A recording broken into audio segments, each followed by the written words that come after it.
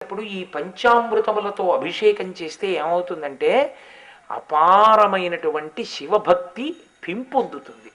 అది ఎలా పెంపొందుతుందండి? రుద్రాధ్యాయంతో పాలతో అభిషేకం చేస్తే ఎలా వస్తుంది అలా భక్తి అంటారేమో.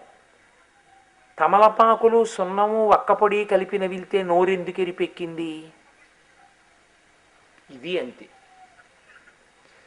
అది ఎలా ఎరుపు తెచ్చిందో మూడు కలిపితే పాలని శివలింగం మీద అభిషేకం చేస్తే భక్తి పెరుగుతుంది. వేదం ఏం చెప్పింది? నిన్ను అభిషేకం గుళ్ళోకి వెళ్ళి చేయమని చెప్పలేదు. ఆపాతాళ నభస్థలాంత భువన బ్రహ్మాండమా విస్ఫుర జ్యోతిస్ఫాటికలింగ మౌళి విలసత్పూర్ణేందువాంతామృతై అస్తోకాప్లుతమేకమీశమనిశం రుద్రానువాకాంజపన్ ధ్యాయేత్ ఇప్సిత సిద్ధయే ధ్రువపదం విప్రోభిషించేచ్చివం బ్రహ్మాండ వ్యాప్త